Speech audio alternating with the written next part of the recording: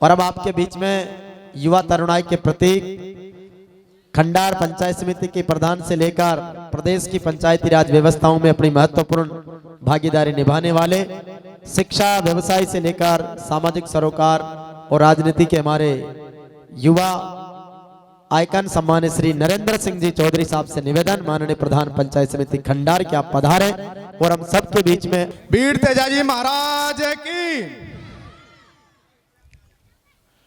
मां सरस्वती के चरणों में वंदन करते हुए हमारे मंच पर विराजमान मेरे भाई जो राजस्थान यूनिवर्सिटी के प्रेसिडेंट हैं भाई निर्मल चौधरी, जो रात को मेरी 10 बजे बात हुई थी, मैं कहाँ पर हूँ कि झुंझुनू है, मैं आने का प्रोग्राम है नहीं है कि भाई आपने निमंत्रण दिया है तो हमें कैसे भी करके आऊँ, मैं आऊँगा जरूर। तो आप इस चीज़ को सोचिए, 10 बजे झुंझुनू था और ये अभी अपन के बीच में है। तो ऐसे भाई निर्मल चौधरी के लिए एक बार जोर से ताली बजाकर उनका हार्दिक स्वागत करिए। हमारे मंच पर विराजमान हमारे किसानों की आवाज उठाने वाले और हमारे किसान नेता भाई साहब जी रामपाल जी, हमारे वीर तेजाजी संस्थान के अध्यक्ष भाई बजरंग लाल जी, हमारे जाट विकास समिति के अध्यक्ष भाई साहब मुरली जी, भाई साहब रघुनाथ जी, भाई साहब घनश्याम जी, हमारे सरपंच साहिबान और मंच पर उपस्थित सभी सम्मानित मान्यगण अतिथिगण, आज ये प्रतिभा सम्मान समारोह जो हमारा जाट समाज कर रहा है और जो चल रहा है, बड़ी खुशी होती है कि जब ये समारोह स्टार्ट किया था तो उस टाइम पे हम 40 से 50 प्रतिभाओं को सम्मानित कर पाए थे और हाईएस्ट 70% 75% के ऊपर हम सम्मानित नहीं कर पाए थे।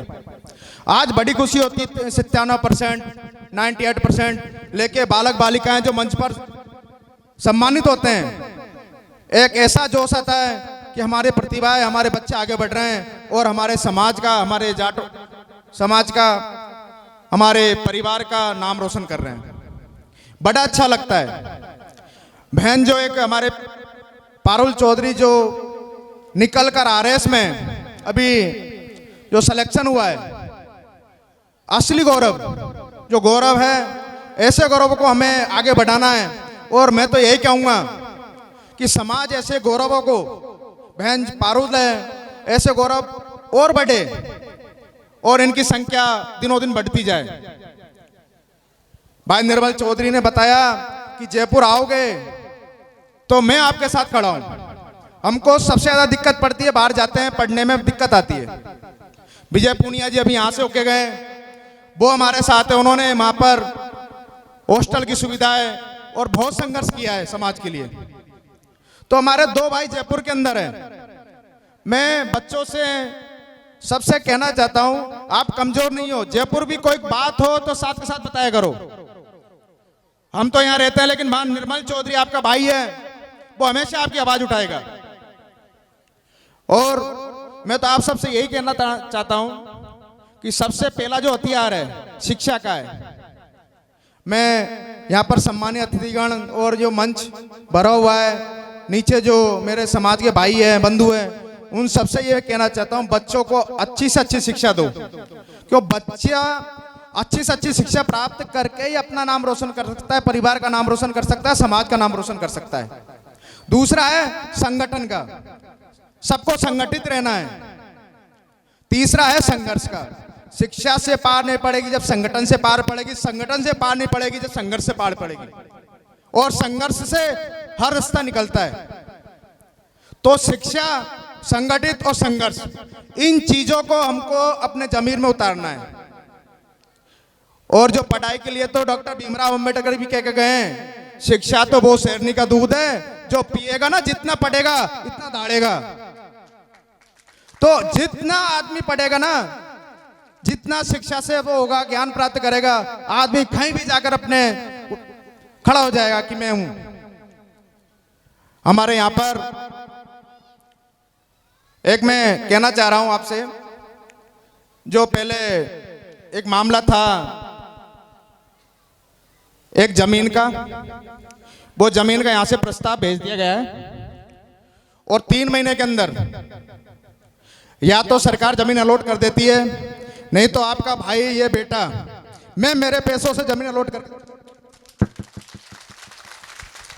सरकार ने 4 बीघा का अलॉटमेंट भेजा है, अगर वो समय पे 3 महीने के अंदर पूरा नहीं होता है तो नरेंद्र चौधरी जाट समाज के लिए खंडार के अंदर 4 बीघा जमीन देगा।